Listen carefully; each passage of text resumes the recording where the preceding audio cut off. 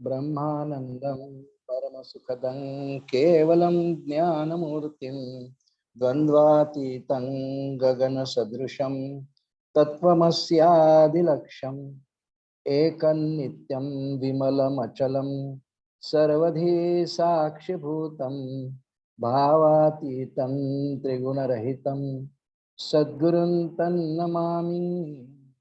गुरुर्ब्रह्मा गुरुर्विष्णुर्गुरुर्देवो महेश्वरः गुरुः साक्षात् परब्रह्म तस्मै श्री गुरवे नमः।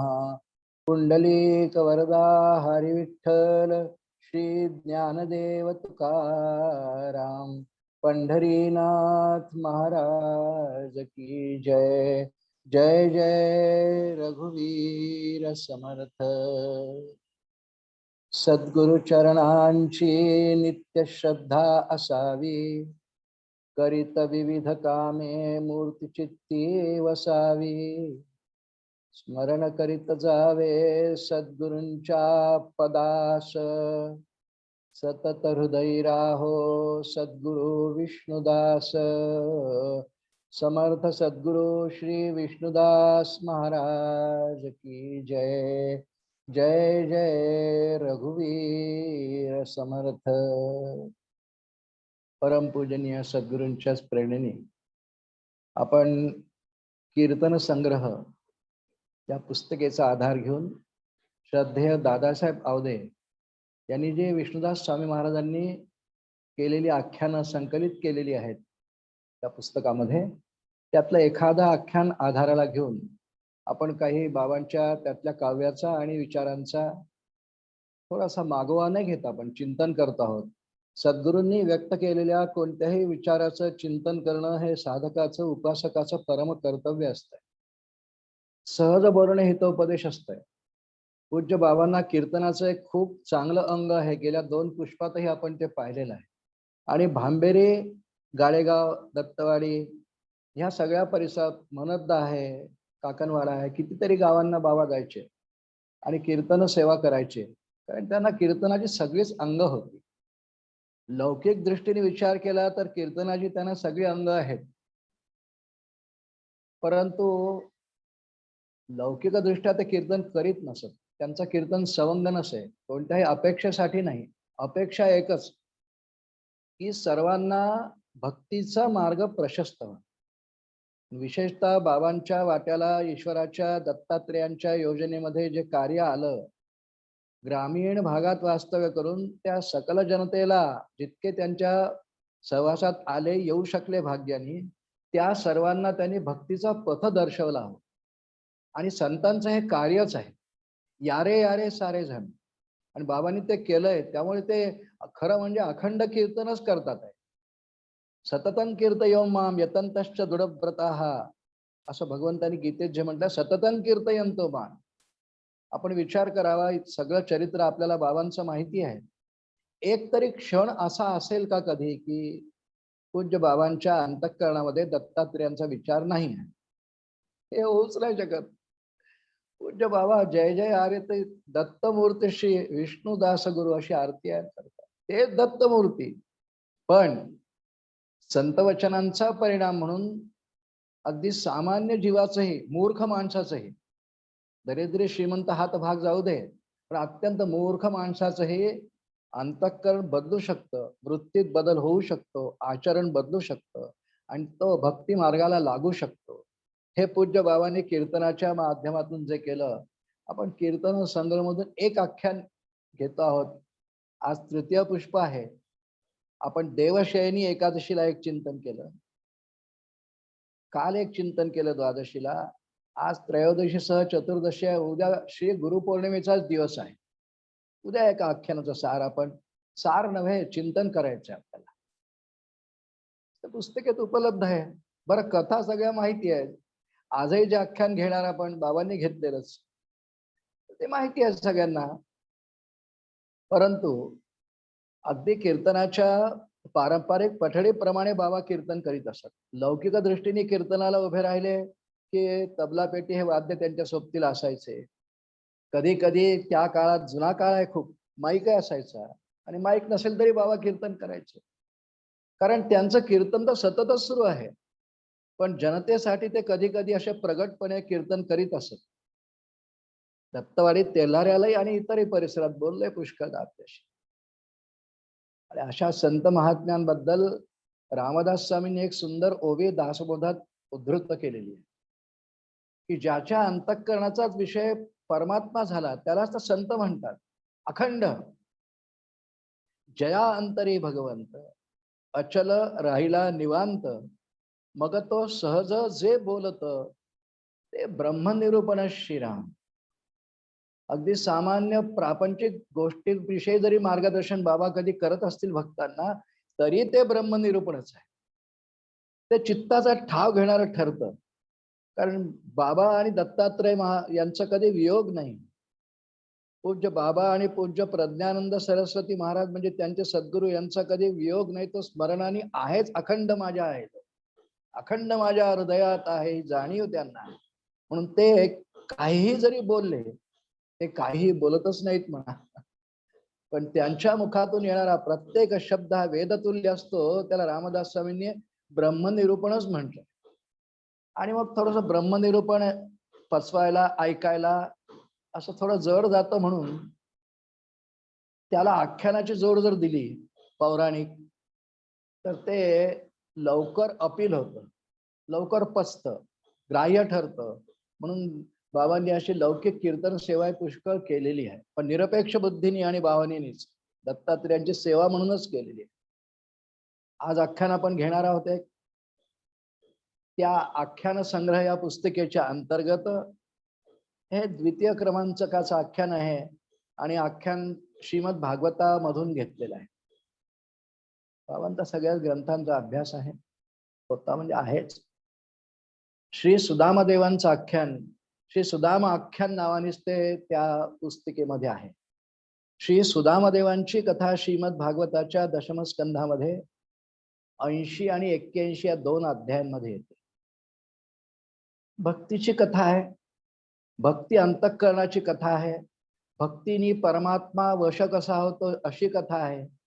आणि बाह्य परिस्थिती कशीही असली तरी परमात्म्याला सोडू नये, परमात्म्याचं नाव सोडू नये, हा उपदेश आणि सार सांगणारी कथा आहे. कथेकडे आपण नंतर येऊ. ह्या कथेसाठी पूज्य बाबांनी जो अभंग निवडलेला आहे, फक्त तो आपण शब्द पाहू त्याचे, कारण त्या कीर्तन संग्रह या पुस्तिकेमध्ये ह्या निरूपणावरचा अभंगावरचं निरूपण दिलेलं नाही. बाबांनी तर पुष्कळ वेळा ही कथा केली असेल, अभंगही खूप वेळा घेतला असेल. अनेक आख्यानांना जो अभंग निरूपणासाठी घेतलाय त्याचं थोडक्यात सार दिलंय त्या पुस्तिकेत, पण ह्या अभंगावरचं सार काही दिलेलं नाही. एकदम अभंग आणि आख्यानच प्रारंभ केलाय. पण अभंग पाहू आपण. सुदामदेवांच्या आख्यानाला बाबांनी किती समर्पक अभंगाची योजना केली आहे बघ. तुकोबांचा अभंग आहे. अनुभवे कळो येते पांडुरंगा, अनुभवे कळो येते पांडुरंगा, रुसावे ते का तुम्हावरी, आवरिता चित्त नावरे दुर्जन. त्याला आधी दुर्जन म्हटलंय. किती आवरलं तरी चित्त म्हणजे मन आवरत नाही. आवरिता चित्त नावरे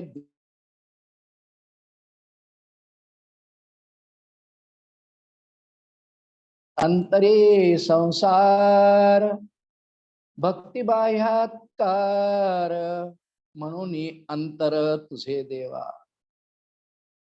अंतःकरणाचा विषय प्रपंच आणि भक्तीचा बाह्य देखावा, हे आपलं आणि भगवंतांचं अंतर वाढवणारी गोष्ट आहे.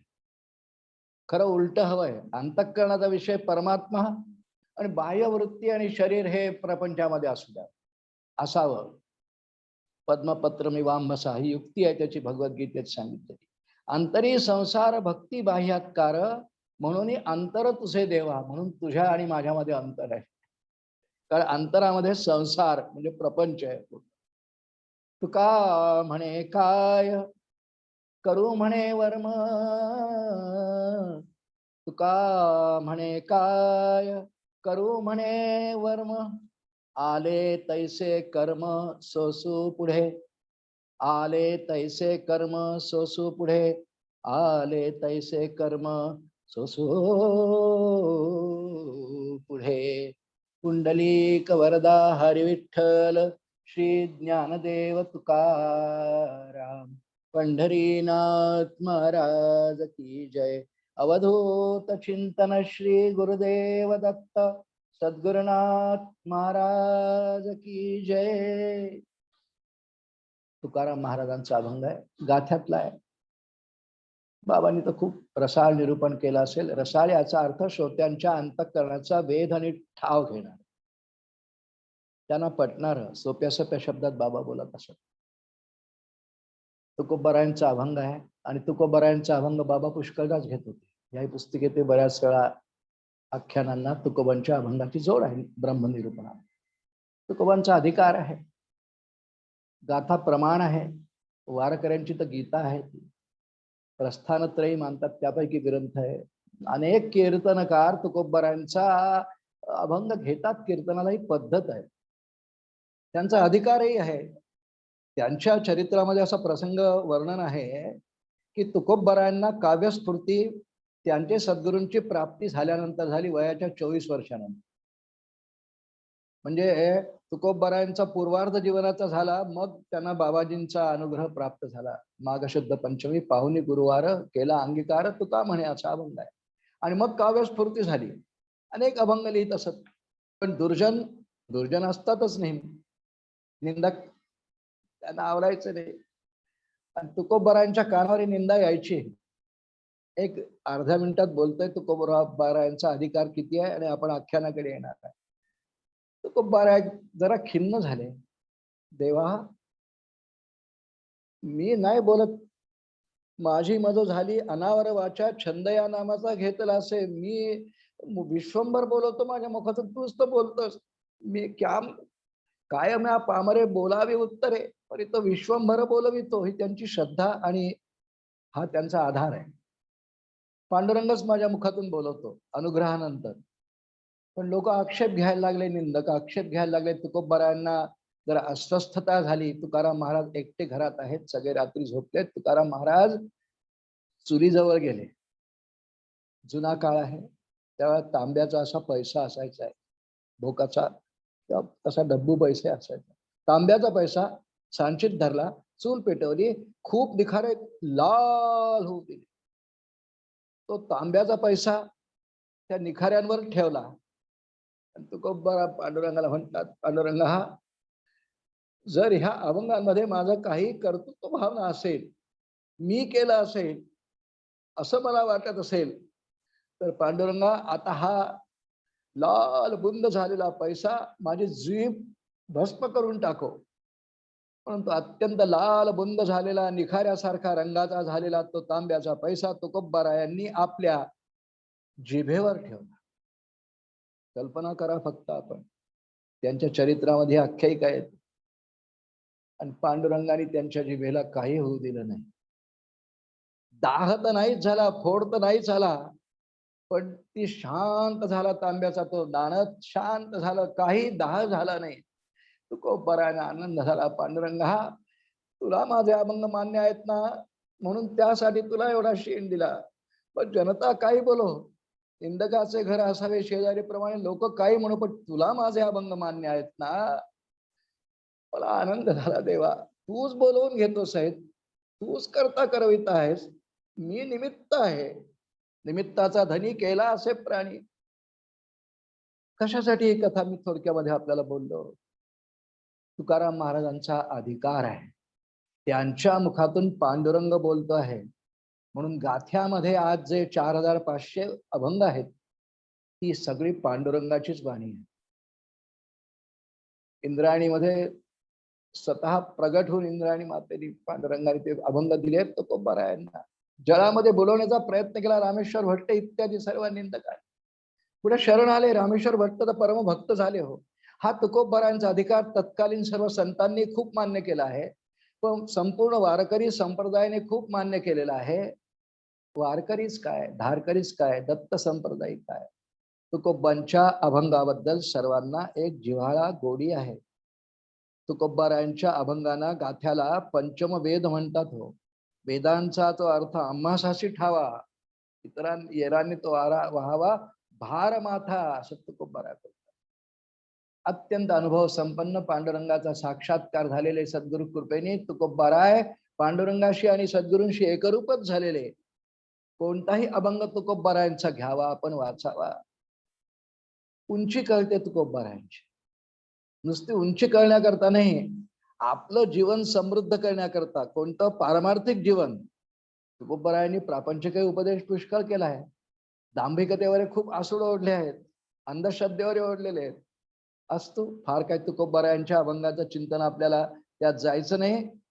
पण पूज्य बाबांनी सुदामदेवांच्या आख्यानाला हा जो अभंग घेतला, तुकाराम महाराजांचा अष्टवे, थोडस त्याविषयी आपण बोललो एक 5-6 मिनिटं. तुका म्हणे काय करू म्हणे वर्म, आले तैसे कर्म सोसू पुढे. आले तैसे कर्म सोसू. कारण प्रत्येकाच्या वाट्याला जीवनात जे कर्म येतं, ज्या घटना येतात, जी परिस्थिती येते, ती प्रारब्धवशात येत असते. त्या प्रारब्धवशात येणाऱ्या सगळ्या संकटांना म्हणा, आनंदाच्या प्रसंगांना म्हणा, धैर्याने तोंड देणं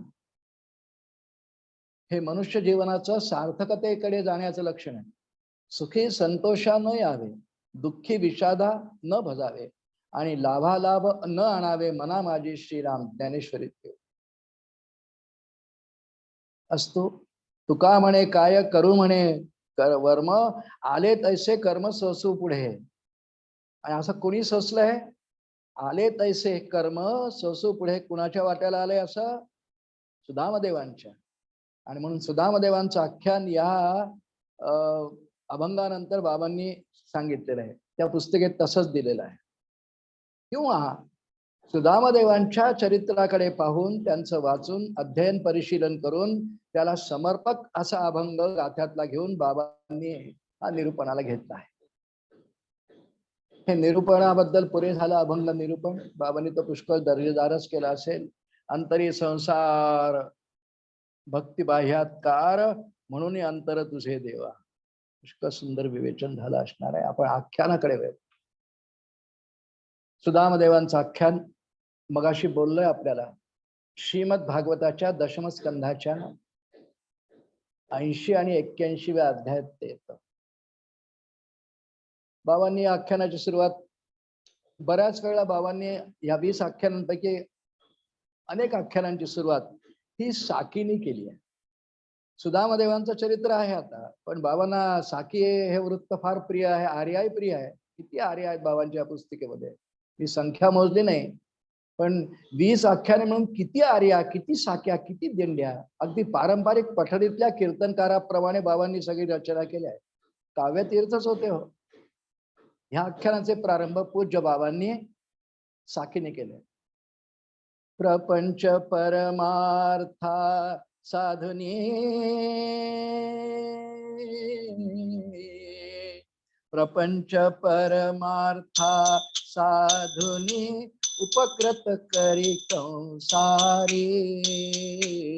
अधनची असता सधन होनी, अधनची असता सधन होनी, भक्त सुदामा झाला वंद्याची यावनीवरी. श्री गोपाल कृष्ण भगवान. शब्द पाहुनी. प्रपंच परमार्था साधुनी, उपकृत करी कंसारी. कंसारी म्हणजे कृष्ण, कंसाचा अरे शत्रू. ज्यांनी प्रपंच आणि परमार्थ, वाट्याला आलेला प्रपंच आहे तसा धैर्याने नीतीने सहन करून. कारण सुदामदेवांचं चरित्र सर्वांना माहिती आहे. फार दारिद्र्य, पण भगवंतांचं मनामध्ये अत्यंत प्रेम. कारण सुदामदेव आणि भगवान श्रीकृष्ण हे बालमित्र आहेत. व्रतबंधानंतर वसुदेव देवकींनी बलराम आणि श्रीकृष्ण यांना सांदीपनींच्या आश्रमात ठेवलं. म्हणजे आजचं उज्जैन बरं का, उज्जैनला सांदीपनींचा आश्रम. तिथे अध्ययनासाठी ठेवला. आणि सुदामा त्यांचा त्या ठिकाणी 6 अध्यायी आहे, तोही अध्ययनाला आहे. श्रीकृष्ण आणि बलराम हे द्वारिकेतून आले, मथुरेत झाला व्रतबंध. आणि इतर हे पुष्कळ होती मुलं. त्यात सुदामा भगवंतांचा 6 अध्यायी होता, बालमित्र आहे. श्रीमद भागवतकारांनी म्हणजे व्यासांनी श्रीकृष्ण आणि सुदामा यांचं जे वर्णन केलंय चरित्र प्रारंभ करताना, त्याला श्रीकृष्णाचा सखा म्हटलाय. सख्य भक्ती करणारा आहे. नवविधा भक्तीमध्ये सख्य भक्ती ही अगदी म्हणजे बस आता आत्मनिवेदनच शिल्लक आहे. सख्य भक्तीचा समारोप हा आत्मनिवेदनात नेतो. आणि सख्याच्या आधी दास्य पूर्ण झालंय, पण दास्य 7वी भक्ती आहे, सख्य 8वी आहे, आणि आत्मनिवेदन नवविधा भक्तीच्या अनुषंगाने 9वी भक्ती आहे. पण महर्षी वेदव्यासांनी सुदामांना जे विशेषण दिलंय श्रीमद भागवतात त्यांचं चरित्र प्रारंभ करताना, त्याला सखा म्हटलंय. तेवढा श्लोक पाहू फक्त आपण. कृष्णस्यासित सखा कश्चित ब्राह्मणो ब्रह्मवित्तमः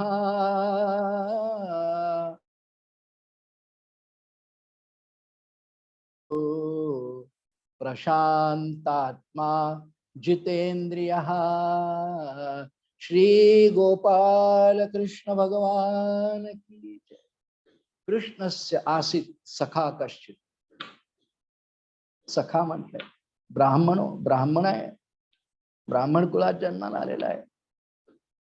ब्रह्मवित्तम हा नुसता ब्राह्मण कुलात नाही, ब्रह्म जानाति ब्राह्मण हा ब्रह्मवस्तू काय त्याला माहिती आहे, नुसतं ऐकून नाही, एकरूप झालाय तिच्याशी. त्याचं वर्णन खूप छान आहे. एक पहिला श्लोक आहे सुदामा देवांच्या आख्यानाचा. विरक्त इंद्रियार्थेषु प्रशांतात्मा जितेंद्रिय हा एकेका विशेषणाचा खूप उहापोह व्यास महर्षींनी केला आहे. थोडक्यात पाहू, आपल्याला काही भागवतातला सगळा विषय इथे बोलायचा नाही, बाबांच्या आख्यानाला न्याय द्यायचा. आणि बरोबर बाबांनी तशीच रचना योजना केली आहे. प्रपंच परमार्था साधुनी उपकृत करी संसारी. त्यांच्या वाटेला जो प्रपंच आलेला आहे अत्यंत दरिद्री आहेत ते. चंद्रमौळी संसार म्हणतात, ग्रस्थाश्रमात आहेत. धर्मपत्नीचं नाव सुशीला देवी आहे. अपत्य आहेत, 4 अपत्य असल्याचं वर्णन भागवतात आहे. 4 अपत्य आहेत, 1 मुलगी 3 मुलं असं वर्णन आहे. पण अत्यंत चंद्रमौळी फाटका संसार त्यांचं प्रारब्ध आहे. पण कुठेही समाधानाशी तडजोड नाही आहे. बाह्य परिस्थिती कशी आहे याच्यावर समाधान अवलंबून नाही असं शास्त्र मानतं, जाणतं, सांगतं. बाह्य परिस्थिती कशी आहे याच्यावर समाधान अवलंबूनच नाही. समाधान ही अंतःकरणाची दशा आहे. बाह्य परिस्थितीमुळे देहाला व्याधी होईल, प्रपंच फाटका असेल, दारिद्र्य येईल, यातायात खूप होईल, पुष्कळ काही विघ्न येतील, संकट येतील, पण तरी देखील अंतःकरणाची परिस्थिती अविचल राहणे, समाधानी राहणे, याला परमार्थाचं एक फार मोठं मूल्य आहे. यदृच्छा लाभ संतुष्टो द्वंद्वातीतो विमत्सरा असं भगवद्गीतेत वर्णन आहे. आणि सुदामादेव त्या वर्णनातले आहे. भिक्षाजीवी आहे, भिक्षेवर प्रपंच आहे, भिक्षा मागायची, जी मिळेल ती यदृच्छा लाभ संतुष्ट ती आपल्या सहधर्मचारिणी सुशीला देवींजवळ द्यायची. सहधर्मचारिणी शब्द व्यासांनी वापरला आहे. फाटकात आहे संसार. अधनची असता सधन होऊनी. अत्यंत अधन, द्रव्य नाही जवळ कुठे हो. बाबांनी पुढे वर्णन केलं, आपण ऐकणारा श्लोक आहेत आता 2. घर चंद्रमौळी, 24 तास वारा आत येणार, घराला दार नाही, खिडक्या नाही, वरती कसवाचं छप्पर 100 ठिकाणी गळणार, पावसाळ्यात गळणार, उन्हाळ्यात त्यातून ऊन आत येणार, भिक्षेवर प्रपंच. सुदामदेवांची काही कुरकुर नाही. सुखदुःखे समे कृत्वा लाभा लाभो जया जय. आणि सहधर्मचारिणी सुशीला देवी असल्यामुळे त्याने कधी कुरकुर करू नये. कुरकुर करणं हा पारमार्थिकाचा धर्म कधीही नसावा. सोसत चाललं पाहिजे. सुदामदेव सगळं शोषित जातात, याला तितिक्षा म्हणतात परमार्थ. काय नाही, कुरकुरच नाही. भिक्षा मिळाली तरी ठीक. रिकामी झोळी सुशीला देवीला दिली त्यांनी पाहावी, काय म्हणून नाही. त्या जेवढीच भिक्षा काहीच नाही मिळाली, मुलं आहेत घरी, काही नाही, त्यांनी खुंटीला ठेवून द्यावी. सुदामदेवांनी भिक्षा मागून आणल्यानंतर काहीच जर मिळाली नाही एखाद दिवस, तर शांतपणे कोपऱ्यात बसून 24 तास एकच धंदा, एकच कार्यक्रम, एकच छंद, श्रीकृष्ण श्रीकृष्ण श्रीकृष्ण. त्याच्या नामसाधनेने त्याचं स्मरण, नामस्मरणच त्याला म्हणतात. सुशीला देवींचंही तेच. मुलंही अत्यंत शांत, सुस्वभावी, सहन करणारी, तडजोड करणारी, मुलांनी कुरकुर करू. सुशीला देवी आई आहेत. भिक्षा मिळायची पण कधी कधी ती मुलांना आधी द्यावी, उरलेलं आपण पती पत्नींनी थोडं थोडं खावं. काहीच न मिळाली तर मुलांना प्यायला पाणी द्यावं. प्रपंच रेटतात आहे, पुढे पुढे चाललाय. देऊन आहे, त्रुटी आहे, कमी आहे, फाटका आहे, दरिद्री आहे, पण समाधान. बाबांनी वर्णन केलंय सुदामदेवांच्या घराचं. बाबांच्या शब्दात आख्यान पाहायचंय आपल्याला. भागवताच्या आख्यानाचा आपण थोडासा आधार घेतोय, कारण हे आख्यानच भागवतातलं आहे. घरा पाचवासे असे एक आडे, 5 आडवी लाकडं आणि एक उभा असं छताला लावलेलं. घरा पाचवासे असे एक आडे, असावी तया कासयाची कवाडे. दार नाही घराला, दाराकरता लाकूड फाटा विकत कोण आणणार आहे? द्रव्यच नाही जवळ, संग्रह करायचा नाही, अपरिग्रह वृत्ती आहे. भिक्षा आली, पोटात गेली, पुरे उरलेला वेळ रामकृष्ण हरी, श्रीकृष्ण श्रीकृष्ण श्रीकृष्ण. घरा पाचवासे असे एक आडे, असावी तयाला कशाची कवाडे. शिरी ऊन पाऊस वायू भरारा, तिळा तुल्य तेथे नसेची निवारा. पुंडलिक वरदा हरी विठ्ठल श्री ज्ञानदेव तुकाराम. त्यांच्या घराचं वर्णन करतात. कसा चंद्रमौळी संसार आहे. शिरी ऊन पाऊस वारा वायू भरारा. सगळा वारा जोरात आला की आत येतोय, थांबायला काहीच नाही, खिडक्या नाही, दारही नाही. वारा आत येऊन घरात सगळीकडे सैरावारा भरारा फिरतोय, पण यांच्या अंतःकरणाला विचलित नाही होऊ देत. हीच तर भक्ताचा, हाच तर महिमा आहे. सगळ्यांनी शांतपणे मिळालं तेवढं सेवन करून, अन्न पदार्थ जेवढा काही मिळाला तो सुशिलेनी दाणे काही मिळाले गव्हाचे वगैरे, तर ते दळून त्याचं काही पेज पीठ पानगे करून मुलांना द्यायचं. इतर सगळा वेळ ईश्वर चिंतनात घालवायचा मुलांनी. बाबा अजून वर्णन करतात पुढे. अशा हे घरा माझ त्या अन्न नाही, शिल्लक काही नाही, गाडगे मडके रिकामे, 4 कण धान्याचे मिळणार नाही, अपरिग्रह वृत्ती म्हणतात त्याला. अशा हे घरा माझ त्या अन्न नाही, मुले लेकरे मुले लेकरे पीडली सर्व पाही. समजता तयांना असे एक वस्त्र, सर्वांना अंगावरचं एकच वस्त्र, ते धुवायचं, वाळत घालायचं, पुन्हा तेच परिधान करायचं. सुदामदेवांना एकच धोतर, एकच पंचा. समजता तयांना असे एक वस्त्र, नसे स्वप्नी त्या कदा पाक मात्र. पुंडलिक वरदा हरी विठ्ठल श्री ज्ञानदेव तुकाराम पंढरीनाथ महाराज. किती छान वर्णन केलंय बाबांनी. भुजंग प्रयात मध्ये सोपे श्लोक आहेत, शब्द किती मार्मिक आहे, मार्मिकतेने हे वर्णन सगळं भागवताती असंच आहे. चंद्रमौळी संसार, भिक्षा जीविते, भिक्षेवरती प्रपंच. कधी कधी भिक्षा न मिळावी असं 3-3 दिवस व्हावं. सुदामदेवांचं वय खूप आहे, सुशीला देवींचंही बरंच आहे, मुलं लहान आहेत. सुशीला देवी आई आहेत. 3 दिवस मुलं अन्ना वाचून आहेत, फक्त पाणी पिऊन, झोप येत नाही, पोटाशी पाय घेऊन कसे बसे रात्र काढतात. एक दिवस सुशीला देवींनी मनाचा हिया करून त्यांना खरं बोलवत नाही आहे. सुदामदेव एकांतात रात्रीची वेळ, मुलं झोपलेली आहेत, अशा वेळी पाहून एकच झोपडी, ती खोली नाहीच हो, एक चंद्रमौळी झोपडी, सुदामदेवांच्या जवळ आल्या म्हणतात, अहो ऐकता का? सुदामदेवांचं चिंतन सुरू आहे, श्री कृष्ण श्री कृष्ण श्री कृष्ण. मी काय म्हणते ऐकता का? हो बोल ना सुशिले, काय म्हणते?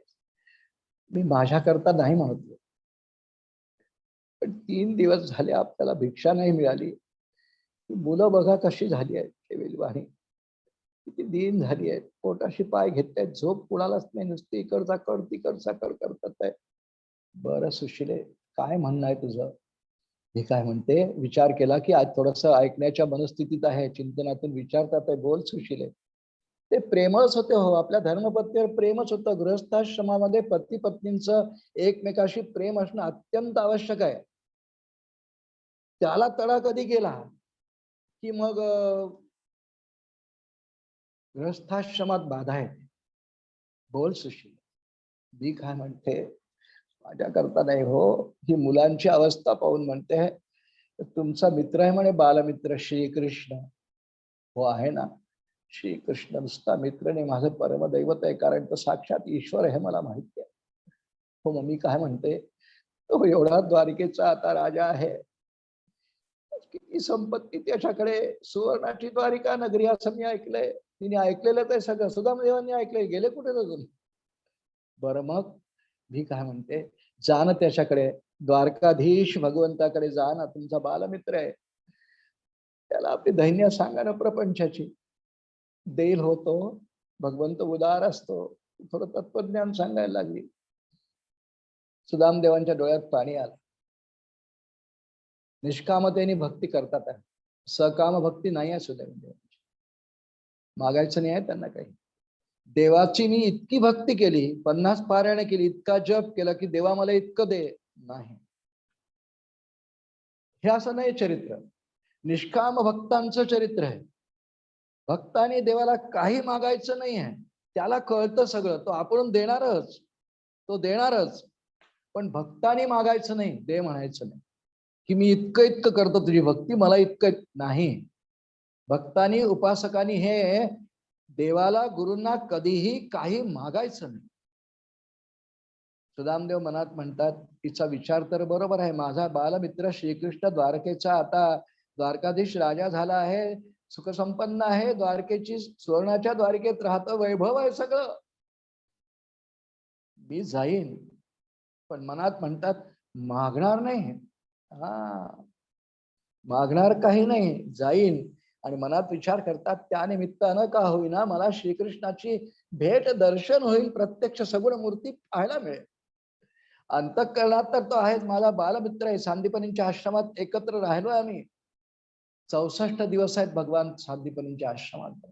अहोरात्रे चतुष्षष्ट्या यावत सामती तत्कला, असं भागवतात वर्णन आहे. 64 दिवस आहेत भगवान, अहोरात्र चतुष्षष्ट्या, 64 दिवस यांचा सहवास आहे. सुदामदेव मनात विचार करतात की त्या निमित्ताने द्वारकाधीश भगवान श्रीकृष्णाचं मला दर्शन तर होईल प्रत्यक्ष. सुशील मी जातो उद्या सकाळीच. तिला खूप आनंद झाला माऊलीला. पतिदेव द्वारकेला जायला तयार झाले, याचा त्या माऊलीला इतका आनंद. सकाळी लवकर उठले, मुलं उठायच्या आत. सुदामदेवांनी स्नान केलं, तेच वस्त्र पुन्हा पिळून अंगावर धारण केलं. जवळ काही नाही, एक धोतर. थोडं सुदामदेव वृद्धत्वाकडे झुकलेले आहेत, वाकले आहेत, शरीर कृश झाले, दारिद्र्याने थोडस काळवणलंय. दारिद्र्याने शरीर काळवणत, अंतःकरण नाही काळवणलं, शरीराचा रंग थोडा काळवणला गेला, सुरकुत्या पडल्या आहेत, वृद्धापकाळ चाहूल द्यायला लागला आहे, वृद्धापकाळाकडे झुकलेले आहेत. निघाले जायला, मुलं उठायच्या आत गेलं पाहिजे, मी निघतोय द्वारकेला. ए पण सुशिले, काय स्वामी? तिला तर आनंद आहे की आता हे स्वामी श्रीकृष्णाकडे जाणार, काही मागणार, श्रीकृष्ण भरभरून देईल. स्वतःबद्दल ती मागत नाही हो, ती सहधर्मचारिणी आहे, पण आई आहे ना, आई आहे. माझ्या मुलांना नीट पोटभर 2 वेळ खायला मिळावं ही त्या माऊलीची एक छोटीशी रास्त अपेक्षा. आनंद वाटला. आणि काय स्वामी? सुशिले, देवाकडे जाताना रिकाम्या हाताने जाऊ नये असं शास्त्र आहे, भागवतात श्लोक आहे. देवद्विज गुरुस्थानम रिक्त हस्त न गच्छेत. देवाच्या घरी, गुरूंच्या घरी द्विज म्हणजे ब्राह्मण, भिक्षाजीवी ब्राह्मण, फक्त भिक्षेवर उदरनिर्वाह असणारा, निरपेक्ष उदासीन वृत्तीने राहणारा, अपरिग्रह वृत्तीने राहणारा असा द्विज जो असेल, याच्याकडे रिक्त हस्ताने जाऊ नये. त्याला सगळं शास्त्र माहिती आहे. तस्मात् शास्त्रम प्रमाणन्ते कार्य व्यवस्थितो ज्ञात्वा कर्म. भगवद्गीतेत भगवान बोलतात, हे सुशिले काहीतरी दे मला. रिकाम्या हाताने देवाकडे जाऊ नये. तो देव आहे माझा, मित्र तर आहेच, पण माझा तो भगवान आहे, सखा आहे. मी तसा रिक्त म्हणजे रिकाम्या हाताने जाणार नाही. तिच्या डोळ्यात पाणी आलं की आली पंचायत. हो, गेले 4 दिवस झाले तुम्ही भिक्षेला गेलात, काही भिक्षा मिळाली नाही. आपण उपाशी आहोत, मुलं उपाशी आहेत. नाही सुशिले, नीट बघ, गाडगे मडके बघ. एखादा तरी धान्याचा कण माझा श्रीकृष्ण, माझा नारायण एका कणाने संतुष्ट होत. एक तरी कण, एक दाणा तरी दे. सुशिलेच्या डोळ्यात पाणी आलं. श्रोते, नसे सपनीही त्या कदा पाक मात्र. बाबांनी वर्णन अगदी बरोबर हुबेहूब केलंय.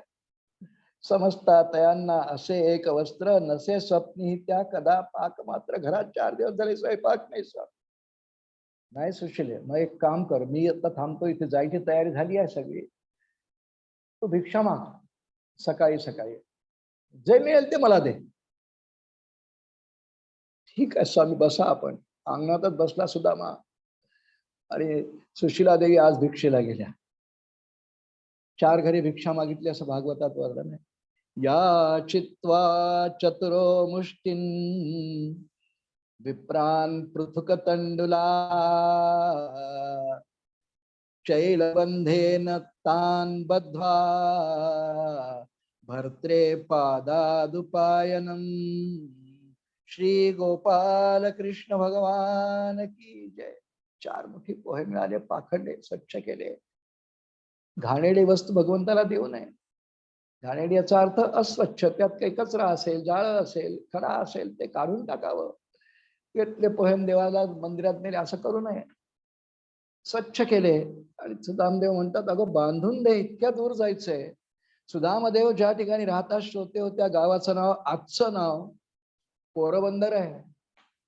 श्रीमद भागवतात त्या नगरीचं नाव सुदाम नगरीच आहे. आज त्या नगरीचं नाव पोरबंदर आहे. पोरबंदर द्वारका बरंच अंतर आहे. पायी जायचंय, अनवाणी जायचंय, 5-7 दिवस लागतील. मध्ये मध्ये झाडाखाली झोपायचंय, वृक्षाखाली. बांधून दे. माऊली जवळ वस्त्र नाही. हो, बाबांनी अगदी योग्य वर्णन त्या शब्दात केलंय. समजता तयांना असे एक वस्त्र. अंगावरच्या वस्त्राखेरीज घरामध्ये दुसरा वस्त्राचा एकही धागा नाही, एक वस्त्राची किनार नाही. ज्याच्या अंगावर जेवढी वस्त्र तेवढीच. पांघरायला तर नाहीच, पांघरून नाही आहे, त्यामुळे हिवाळ्यात थंडी वाजतीच आहे. पांघरुण नाही, अंथरुण नाही, अंगावरच्या वस्त्राशिवाय वस्त्र नाही. समजता तयांना असे एक वस्त्र, असं जे बाबांनी वर्णन केलंय, यथार्थ केलंय. तिच्या डोळ्यात पाणी आलं. असे 4 मूठ पोहे तिला मिळाले. सुदामदेव म्हणतात, बांधून दे, पडून जातील त्या मुठीत. केलं तर मूठ कशी राहणार, मला स्नान करावं लागेल, कसं बाळगेन मी. काय करावं त्या माऊलीनी. व्यासांनी छान वर्णन केलंय. चैलबंधेन तान बद्ध्वा. दुसऱ्या चरणामध्ये चैलबंधेन तान बद्ध्वा भर्त्रे पादादुपाय. सुशिला देवींनी आपल्या अंगावरच्या एकुलत्या एक वस्त्र म्हणजे साडी असेल, त्याचा किनारा टर्कन फाडला. ती चिंधी निघाली, त्यात पोहे बांधून दिली. आणि बरोबर त्या क्षणाला द्वारिकेमध्ये भगवान रुक्मिणी देवींच्या महालामध्ये आहेत. काही कारण नाही, भरजरी पितांबर नेसले आहेत, लाख मोलाचा. रुक्मिणी देवी जवळ उभ्या आहेत, पैठणी नेसलेल्या. आणि काही कारण नाही, अचानकपणे भगवंतांच्या पितांबराला खोचा गेला, टर्कन फाट. रुक्मिणी देवी विचारतात, देवा काही कारण नाही, आपण बसलेले आहात, फक्त कुठे अडकलाय नाही, तरी देखील आपल्या भरजरी पितांबराला खोसा कसा काय फाटला, कसा टर्कन आवाज आला आणि फाटल्याची खून दिसते. भगवंतांनी डोळे बंद केले, डोळे डबडबले पाण्याने. सगळं जाणतो हो. आणि रुक्मिणीला म्हणतात, देवी हा पितांबर का फाटला तुला आत्ताच नाही कळणार, 2-4 दिवसांनी कळेल तुला. आणि भगवंतांचे डोळे भरून आले. वाह सुशिले, एवढा चंद्रमौळी संसार, पण पती त्याच्या आराध्य दैवतेकडे, मित्राकडे, सख्याकडे चालले आहेत तुझ्या सांगण्यावरून. म्हणून अंगावरचा एकुलता एक वस्त्राचा किनारा पाडला. सुशिले, धन्य आहे तुझे पती. बांधून दिले. सुदामदेव चालायला लागले. मजल दर मजल करत करत सुदामदेव जातात आहे. 8-15 दिवस लागले असतील. पण प्रत्येक ठिकाणी कुठे ओढा दिसला, नदी दिसली की थोडं पाणी प्यावं, बरोबर काही खाय प्यायची सामग्री नाही, एखादं कंदमूळ दिसलं ते खावं, फळ दिसलं ते खावं. आणि मजल दर मजल मुक्काम करत करत करत करत सुदामदेव द्वारिकेजवळ पोहोचले. ती नगरी पाहिली आणि सुदामदेव थक्क झाले. हो, सगळी सुवर्णाची नगरी. आणि भगवंतांचा वारा शोधत शोधत शोधत अगदी भिकाऱ्यासारखा वेश आहे. सुरुवातीला पहारेकऱ्यांना थोडी शंकाही आली, पण काही भाविक सात्विक असे पहारेकरी होते. विचारलं, आपण कोण आहात? मी सुदामा. अगदी भिकाऱ्यासारखा वेश, घामाने डबडबलेले, अंगावरचं वस्त्र कुठे कुठे फाटलेलं, अनवाणी आलेले आहेत, पण पायामधून कुठून कुठून थोडं रक्त निघतंय, टाचांमधून वगैरे काटे वगैरे बसलेले आहेत, वाकलेले आहेत, कृश झालेले आहेत, हातात काठी आहे, घामाघूम झालेले आहेत, अगदी भिकाऱ्यासारखा वेश. काही त्यातले सात्विकांनी विचारलं, कुठून आलात? सांगितलं, असं असं आलोय. इथे का आलात? मी श्रीकृष्णाचा बालमित्र आहे, मला त्याची फक्त भेट दर्शन घ्यायचं आहे. तो द्वारकाधीश परमात्मा आहे, मला माहिती आहे, माझा आराध्य आहे, पण त्याची सगुण मूर्ती डोळ्यांनी पाहावी, भेट व्हावी म्हणून मी आलोय. थांबा इथे. आपण महाद्वाराशी त्याला थांबवला सेवकांनी आणि श्रीकृष्णाला वार्ता दिली. रुक्मिणी देवींच्या महालात श्रीकृष्ण मंचकार बसलेले आहेत आणि रुक्मिणी देवी वारा घालतात आहे. तितक्याच सेवकांनी सांगितलं, महाराज काय म्हणतोयस? आपल्याला भेटायला कोणी आलेले आहेत. नाव काय सांगतात आहे? सुदामा. सुदामा नाव ऐकलं आणि भगवान वेदव्यासाने वर्णन केले. भगवान उठले, उठले नाही, धावायला लागले. मित्रा सुदामा, तू आला. जसं काय काल भेटला होता. सांदीपनींच्या आश्रमानंतर आता भेटतात, मध्ये कितीतरी वर्ष गेले आहेत, पण जणू काय प्रत्येक क्षणाला सान्निध्य उपभोगतात आहे. आणि ते खरंही आहे. सुदामदेव प्रत्येक क्षणाला, प्रत्येक क्षणाला कृष्ण कृष्ण कृष्ण म्हणतात आहे. हेच सान्निध्य आहे. आणि म्हणून भगवंतांना सुद्धा सुदामदेवांचा वियोग नाही कधीच. सुदामदेवांना तर नाहीच. भक्त आणि देव यांचं असं नातं असतंय. जितका देव भेटीसाठी भक्त आतुर असतो, तितका भक्त भेटीसाठी परमात्मा आतुर असतो. तुकोबारायांचा अजून एक अभंग आहे बघा, आपल्यापैकी अनेकांना माहिती असेल, ऐकला असेल.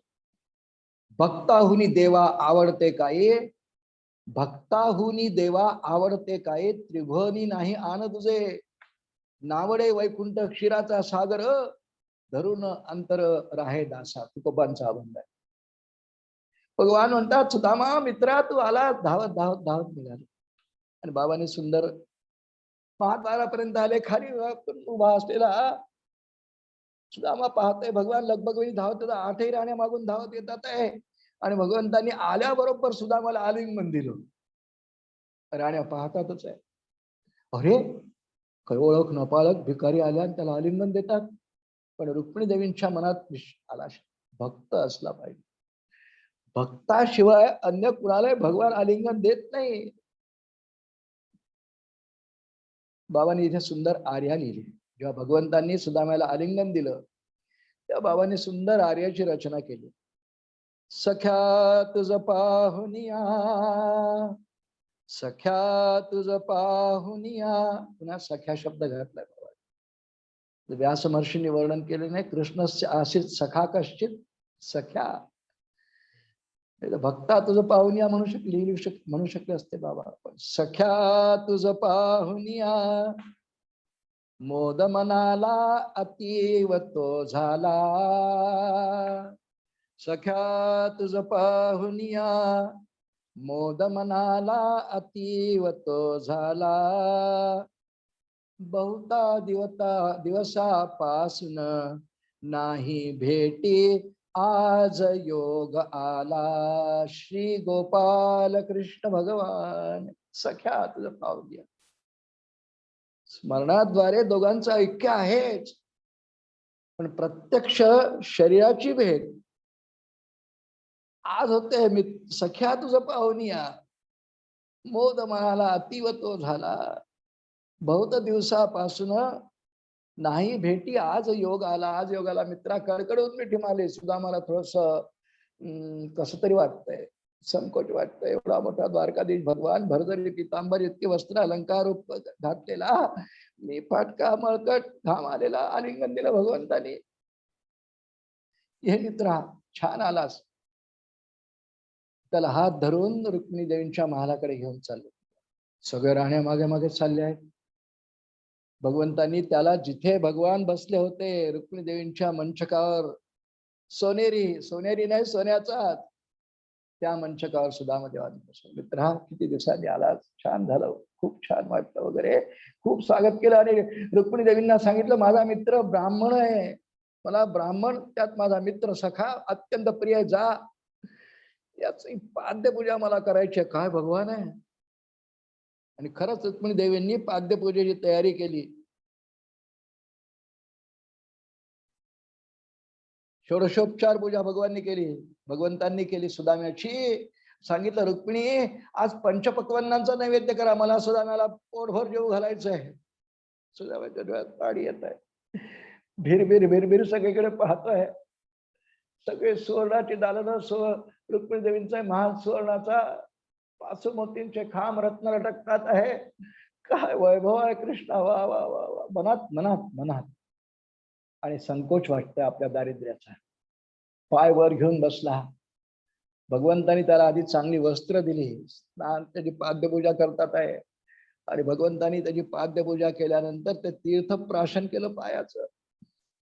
राहण्याला सांगितलं तीर्थ घ्यायच्या पायाचं, कारण हा अखंड माझ्या अनुसंधानात आहे. भक्ताहुनी देवा आवडते काही, त्रिभुवनी नाही आनज जे. बाबांनी निरूपणाला जो अभंग घेतलाय ना, अंतरी संसार भक्ती बाह्यात्कार, हे सुदामांचं हे चरित्र नाही आहे. त्यांचं चरित्र तुका म्हणे काय करू म्हणे वर्म, आले तैसे कर्म ससू पुढे. जसं वाट्याला आलं ते सोचतात आहे, पण समाधान बिघडू देत नाही.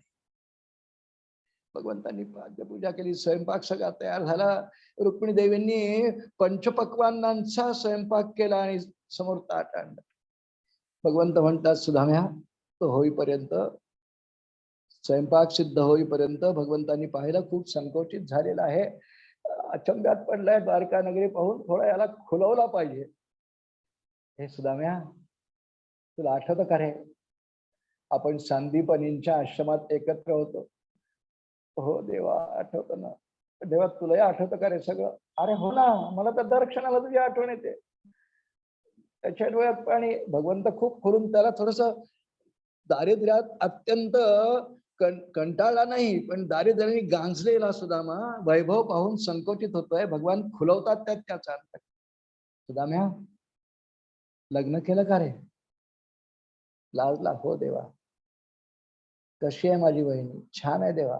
काय नाव आहे. सुशीला. वा वा वा वा. मुलं बाळ आहेत देवा तुझ्या कृपेने सगळे आहेत. अरे वा वा वा वा वा वा. छान छान. आणि भगवान त्याला त्या आठवणी गुंतवतात आहे. आणि भगवंतांनी त्याला एक आठवणी सांगितली सांदीपनीच्या आश्रमातली. सुदाम्या तुला आठवतं का, एक दिवस गुरुजींनी आपल्याला सांगितलं दोघांनाच, संध्याकाळची वेळ, आश्रमातले काही दर्भ फुलं इत्यादी संपलेले, आणि गुरुजींनी आपल्याला सांगितलं की जा दर्भ आणि फुलं घेऊन या, पावसाची वेळ येते, पाऊस येईल त्याच्या आत घेऊन या. आपण गेलो. त्याला आठवलं, त्याला कळलं, डोळ्यात पाणी आलं की भगवान ही आठवण का सांगतात आहेत.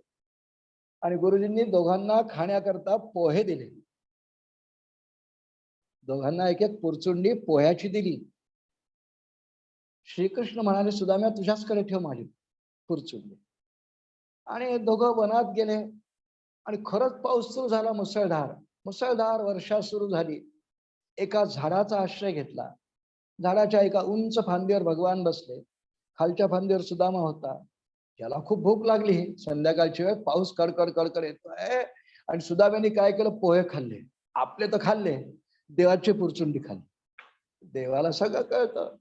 भगवान वरून विचारतात सुदाम्या कशाचा तरी आवाज येतोय, कारण आज खाताना मिटक्या मारत होता ना. देवा एवढा मोठा पाऊस पडतोय, वनामध्ये दुसरं काय खाणार, माती खातोय. काय म्हणाला, माती खातोय. आणि भगवान त्याच क्षणाला त्याच्या अंतःकरणातला तो भाव जाणून भगवान म्हणतात तथास्तु, असंच हो, तुला मातीच खायची वेळ येईल का. दोन गोष्टी सुदामेने केल्या.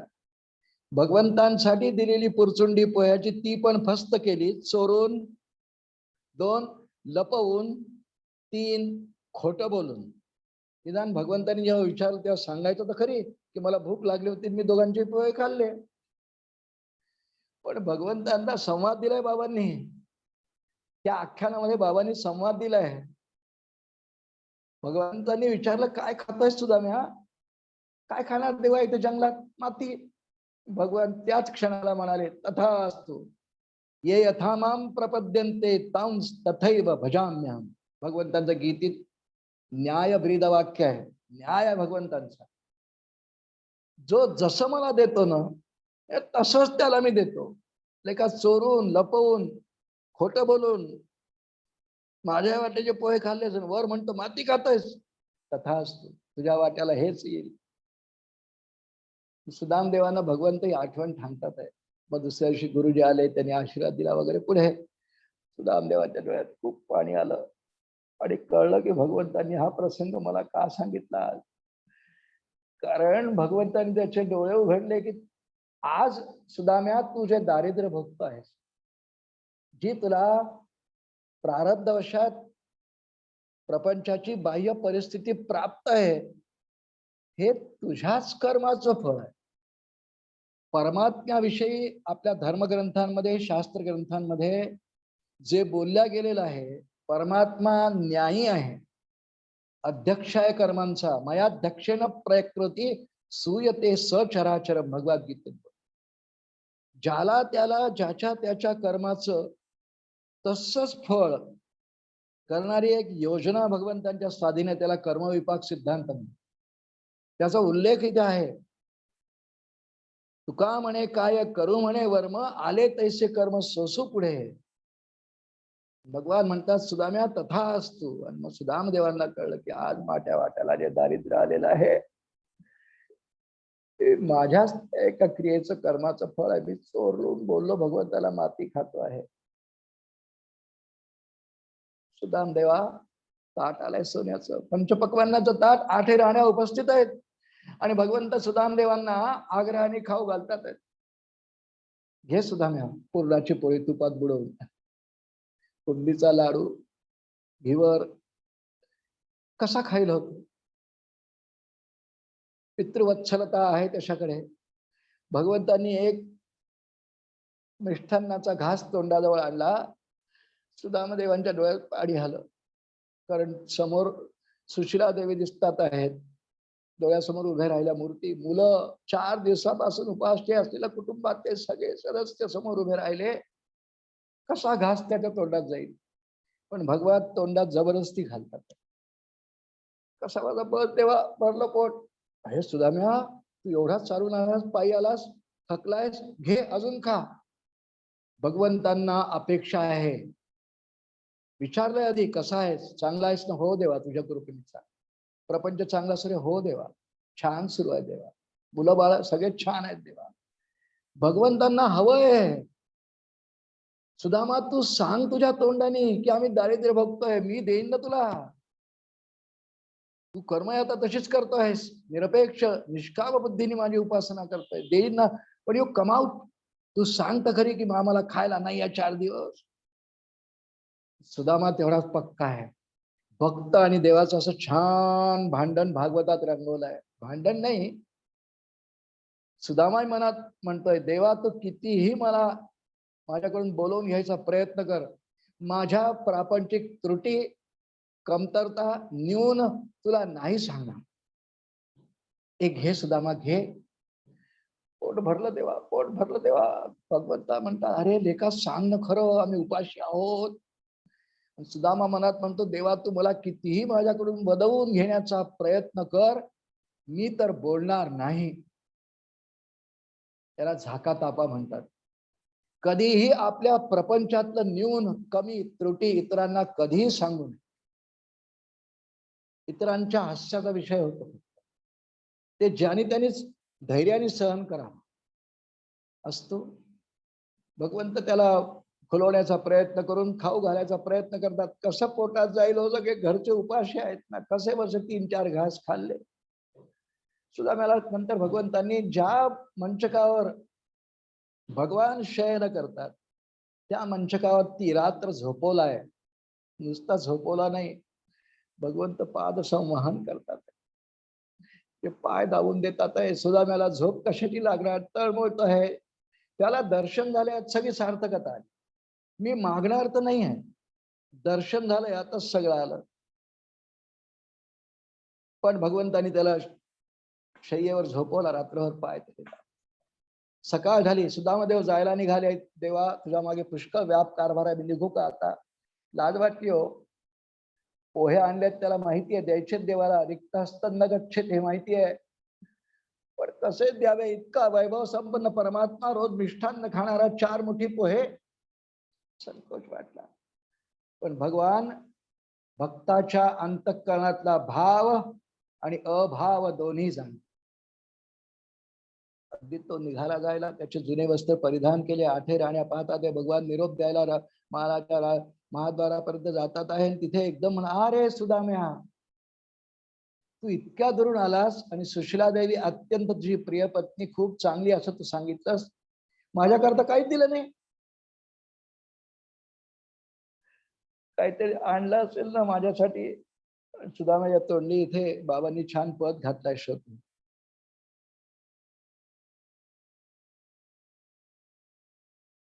मुनिजन सकल ही करीती ध्यान, मुनिजन सकल ही करीती ध्यान, देवा मुनिजन करीती ध्यान. गोपीजनांचा तूची विसावा, गोपीजनांचा तूची विसावा, योगी जनांचा प्राण देवा, योगी जनांचा प्राण, मुनिजन सकल ही करीती ध्यान, सकल ही करती ध्यान, मुनिजन सकल ही करीती ध्यान. त्वच्चरणी ती सकल ही तीर्थे, तुझ्या चरणाजवळ सगळे तीर्थ आहेत देवा. त्वच्चरणी ती सकल ही तीर्थे, पावन परमस्थान, मुनिजन सकल ही करीती ध्यान. ऐशा तुझला कायमी देईन, देवा असा तू, त्याला विश्वात्मा म्हणतात. मुनिजन तुझं ध्यान करतात नेहमी, तुला मी काय देऊ? ऐशा तुझला कायमी देईन, बंदी सुदामादीन, सकल ही करीती ध्यान, मुनिजन सकल ही करीती ध्यान, देवा मुनिजन करीती ध्यान. हे पद बाबांनी रचलं आणि बाबांनी काही पदांमध्ये विष्णुदास असं जे नाव घातलंय त्यापैकी एक हे पद आहे, म्हणून मुद्दाम मी थोडस आपल्या समोर म्हणतो आहे. विष्णुदास गात तव गुणा, विष्णुदास गात तव गुणा, देई झडकरी स्थान देवा, देई झडकरी स्थान देवा, सकल ही करीती ध्यान, मुनिजन सकल ही करीती ध्यान, देवा मुनिजन करीती ध्यान. श्री गोपाल कृष्ण भगवान. विष्णुदास गात तव गुण, दे झडकरी स्थान. परमपूज्य बाबा आपल्याला वाटतंय म्हणजे आहेच, दत्तभक्त आहेत. इथे वर्णन केले, विष्णुदास गात तव गुण, दे झडकरी स्थान. कृष्णाचं चिंतन. कृष्ण दत्त एक आहे, ईश्वर आहेत दोघे. ईश्वर भूमिकेत ईश्वर एकच आहे ना, सगुण विग्रह वेगळे. विष्णुदास गात तव गुण, देई झड करी स्थान, ऐशा तुझला कायम देईन, बंदी सुदामा देईन. जणू काय सुदामा म्हणतोय अशा पद्धतीने बाबांनी काव्य रचना ही केलेली आहे. ते तर उत्तमच गात असणार आहेत, रंगवून पण सांगत असणार आहेत. पण भाव असा आहे की देवा, भगवान म्हणतात काय आणलंस माझ्यासाठी, मी काय देव तुला देवा, तुझ्याजवळ काय नाही. भगवान म्हणतात असं नाही, काहीतरी दिलं असेल मला. आणि भगवंतांनीच मग उडी मारली आणि त्याच्या कमरेला खोचलेली ती पोह्याची पुरसुंडी काढली. 4 मूठ पोहे, सुदामदेवांचं आख्यान 4 मूठ पोह्यांचंच आख्यान आहे. ती पुरचुंडी काढली. सुदामदेवांना खूप संकोच की एवढा मोठा द्वारकाधीश भगवान आता पोहे खाणार आहे, माझ्या गरीबाचे आणलेले, ते मागून भिक्षेवर आणलेले. भगवंतांनी पुरचुंडी उघडली. 8 राण्या कौतुकाने पाहतात आहे आणि भगवंतांनी ती पुरचुंडी आपल्या उजव्या हाताने डाव्या हातावर रीती केली. 1 मूठ उजव्या हाताने ते पोहे घेतले आणि तोंडात टाकले. वा वा वा वा वा सुदाम्या, आज तुझ्या या पोह्यांनी मी विश्वात्मा तृप्त आहे. भागवतात सुंदर श्लोक आहे या ठिकाणी. नन्वेत दुपनीतम मे परमं प्रीणनं सखे, तर्पयन्तंगमां विश्वम एते पृथुक तंडुला. श्री गोपाल कृष्ण भगवान. नन्वेत दुपनीतम मे. सुदाम्या, आज तुझ्या अत्यंत भक्तिपूर्वक अंतःकरणाद्वारे तू मला दिलेले हे मूठभर पोहे, मी परमात्मा तृप्त आहे. परमात्म्याचं एक नाव विश्वात्मा आहे. मी तृप्त, आणि म्हणून या क्षणाला जितक्या लोकांना या संपूर्ण जगतामध्ये भूक लागली असेल ना, मी तृप्त झाल्यामुळे या क्षणाला त्या सर्व अतृप्त जीवात त्यांची सुद्धा तृप्ती एक क्षणभर झालीच असणार आहे. सुदाम्याचे ते पोहे भगवंतांनी मिटक्या मारत मारत खाल्ले. एकच मूठ ते खाऊ शकले आणि इतर सगळे पोहे 4 मुठी होते ना, याचित्वा चतुरो मुष्ठीन विप्रान पृथुक तंडुला. 4 मुठी पोहे तिला मिळाले होते. सुशीला देवींनी भिक्षा मागून आणल्यानंतर त्यांना 4 मुठी मिळाले. 1 मूठ सुशीला देवींनी, 1 मूठ भगवंतांनी सेवन केली. राण्यांनी नंतर 3 मुठी ओढल्या. वा वा वा वा देवा, भक्तांनी इतक्या प्रेमाने आदरपूर्वक आणलेला प्रसाद तुम्ही एकटे खाता, आमचाही हक्क याच्यावर. आणि रुक्मिणी देवींनी आणि 7ही राण्यांनी ते पोहे खाल्ले अमृतमय. भगवंतांनी पुढे कृपा वगैरे केली, काही मागितलं नाही. तो परत गेला, नगरीत गेला, नगरीला ओळखलं नाही. काया पालट तो जायला निघाला. भगवंतांनी त्याच रात्री विश्वकर्म्याला बोलावलं. मी सांगितलं, विश्वकर्म्या, सुदामदेवांचं राहतं घरच नव्हे, संपूर्ण नगरी त्यांनी दिलेल्या 1 मूठभर पोह्याच्या बदल्यामध्ये 4 मूठ आणले होते. 1च मूठ भगवंतांनी खाल्ले ना. पण अत्यंत भक्तीपूर्वक समर्पणाच्या भावनाने मला दिलेले पोहे की देवाला दिलं पाहिजे, त्याची सगळी नगरी सुवर्णाची करून टाकली. ते विश्वकर्म्याला काय अवघड आहे. त्यांनी सगळी पोरबंदर नगरी म्हणजे त्या काळची सुदामा नगरी सुवर्णमयी केली. सुदामदेवांनी आपल्या घरालाही ओळखलं नाही असं वर्णन आहे. धर्मपत्नी, मुलं, भरजरी पोशाख, दागदागिने, अलंकाराने नटलेले वेढलेले तेही ओळखले नाही. पण धर्मपत्नीने पुढे ओळख पटवून दिली. अहो, आपलंच घर आहे, बरोबर घरी आलात, गावही आपलंच आहे, वाडाही आपलाच आहे. आणि सुदामदेव अवाक झाले. भगवत प्रसाद इतका इतका आला, अनंत हस्ते कमलावराने देता किती घेशील दोह कराने. किती घेशील. सुदामदेवांना विस्मय विचंबा वाटला, आश्चर्य वाटलं. आणि आपल्या वाड्यात प्रवेश करण्यापूर्वी सुदामदेव समोर घराच्या चौकामध्ये बसले हो, आणि डोळ्यात डबडबलं पाणी आलंय. भेग मम जनन जनी. बाबांनी भैरवी केली आहे. किती सुंदर म्हणत असतील बाबा. माझ्या डोळ्यासमोर जेव्हा मी या चरित्राचा बाबांच्या कवनाद्वारे अभ्यास करीत होतो गेले 2-3 दिवस, परमपूजनीय बाबांची मूर्ती यायची. की बाबा किती छान गात असतील, म्हणत असतील. खडा आवाज, पहाडी आवाज, संगीताचं उत्तम ज्ञान आणि अंतःकरणात परमात्मा, ही सगळी संतांची लक्षणं. संतच किती छान गात असतील, पण तरी देखील कीर्तनाची पठडी न सोडता भैरवीने समारोप करायचे नाही.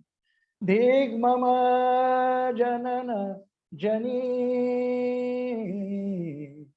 धिग मम जनन जनी, धिग मम जनन जनी, धिग मम जनन जनी, त्रैलोक्याधीश त्रिभुवनपति हरि, त्रैलोक्याधीश त्रिभुवनपति हरि, कष्टविलाम्या पामरे अवनी, कष्टविलाम्या पामरे अवनी, कष्टविलाम्या पामर अवनी, धिग मम जनन जनी, धिग मम जनन जनी, धिग मम जनन जनी. श्री गोपाल कृष्ण भगवान की. देवा धिक्कार आहे माझ्या त्या जन्माचा. धिग मम जनन जनी, तुला त्रास दिला मी, एवढी किमया केलीस, सगळी सुदामनगरी आज सुवर्णाची केलीस. देवा कशाला दिलंस आम्हाला वैभव? नको आहे. कदाचित वैभवात तुझं विस्मरण होऊ शकेल. भगवान प्रगट झाले, पुन्हा सुदामानगरीत प्रगट झाले आणि सांगितलं, सुदाम्या तू आत्तापर्यंत जे भोगलस ना, तेही तुझ्या कर्माचंच फळ होतं. पण प्राप्त परिस्थितीमध्ये कसं जगावं हे जगताला शिकवताना तू अखंड समाधानाची वृत्ती ठेवून दारिद्र्य भोगलस आणि अखंड माझ्या स्मरणात राहिलास. त्याचं फळ इथून पुढे जीवनात भोग. नकोय देवा आम्हाला हे वैभव नकोय. नाही सुदाम्या, तुझ्या कर्मांचं फळ आहे. जसं दारिद्र्य तू भोगलस, तसं आता ऐश्वर्य सिद्ध भोग. दोन्ही माझं प्रसाद रूपच असतंय. पुढच्या काळात सुदामदेवांनी त्यांना भगवत कृपेने मिळालेलं ऐश्वर्य हे भगवंतांचा प्रसाद म्हणून सेवन. म्हणून आजपर्यंत सुदामदेवांचं नाव आहे. हो, द्वापर युगातली कथा आहे का गरीब दरिद्री ब्राह्मणाची 4 मुठी पोह्यांची. पण सगळे कीर्तनकार, सगळे प्रवचनकार, भागवतकार, रामकथाकारही सुदामदेवांचं आख्यान सांगतात. जशी शबरीचं आख्यान सांगतात ना, या काही भक्तांच्या कथा अशा अमिट छाप पाडणाऱ्या आहेत संस्कृतीवर. तात्पर्यासह जर का सुदामदेवांचं चरित्र पाहायचं असेल तर आपल्याला पुष्कळ चिंतन करावं लागेल. करू शकता आपण. परंतु बाबांच्या काव्याच्या अनुषंगाने त्याचा मागोवा घेत त्यांच्या काव्याला जास्त स्थान आणि न्याय आपल्याला द्यायचा, कारण कीर्तन संग्रहातून बाबांचं आख्यान त्याचं सार आपण. पण सुदामदेवांचं आख्यान इतकं महान, आदर्श, मार्गदर्शक, प्रेरक, विशेषतः उपासकांना, भक्तांना, म्हणून पूज्य बाबांनी सुदामदेवांचं आख्यान हे द्वितीय क्रमांकावर त्या 20 आख्यानांमध्ये घेतलं. आणि म्हणून काही वेळ सार रूपाने साधारणपणे 1 तासभर आपण पूज्य बाबांचं स्मरण या आख्यानाद्वारे केलं. मी पुन्हा आपणा सर्वांना एक विनंती करतो आहे, ही सगळी आख्यानं वाचावी आपण. बाबांचं काव्य वाचावं. ज्यांना काव्याची दृष्टी आहे, जे काव्य करतात किंवा दृष्टी आहे, काव्य ज्यांना वृत्त, दिंड्या, आर्या, साख्या अशा कळतात, त्यांनी त्या पाहाव्या. किती चपखल आहे. प्रत्यक्ष बाबा तर उत्तम गाऊन करतच असतील, पण काही प्रमाणात तरी आस्वाद आपल्याला त्यांचं हे वाङ्मय, त्यांचं काव्य वाचून, ऐकून, गाऊन करता येतं. ती पूज्य बाबांची सेवाच आहे. सेवेचं हे एक अंग आहे. एवढीच सेवा असं नव्हे. गुरुचरित्र पारायण अनेक जण करतात, गजानन विजय पारायण करतात, कोणी जप करतात, कोणी पूजेमध्ये बाबांचं स्मरण करतात, कोणी दिगंबरा जप करतात. ही सगळी पूज्य बाबांची सेवाच आहे. पूज्य बाबांच्या सेवेचे जे अनेक अंग आहेत, त्यांच्या वाङ्मयाचं, त्यांच्या उपदेशाचं स्मरण, बाबांच्या पोथीची पारायण करणारे किती ग्रुप आहेत. आमच्या अमरावतीमध्ये आता 12 ग्रुप झाले. 47 अध्याय गुडले, 12 ग्रुप. पहा किती संख्या. ही सगळी सेवाच आहे. पण ज्यांना काही कीर्तनाचं अंग आहे, गोडी आहे, काव्यामध्ये गोडी आहे, त्यांनी बाबांची हे काव्य वाचावी आहे. ती सर्वांना पुन्हा एकदा विनंती करतो. आणि आजची झालेली सुदामदेवांच्या आख्यानांची ही सेवा, त्यातलं काही सार पाहिलं आपण फक्त, ते सगळं पूज्य बाबांच्या चरणी समर्पण करतो आणि वाणीला विराम देतो. समर्थ सद्गुरु श्री विष्णुदास स्वामी महाराज की जय. अवधूत चिंतन श्री गुरुदेव दत्त सद्गुरुनाथ महाराज की जय. जय जय रघुवीर समर्थ.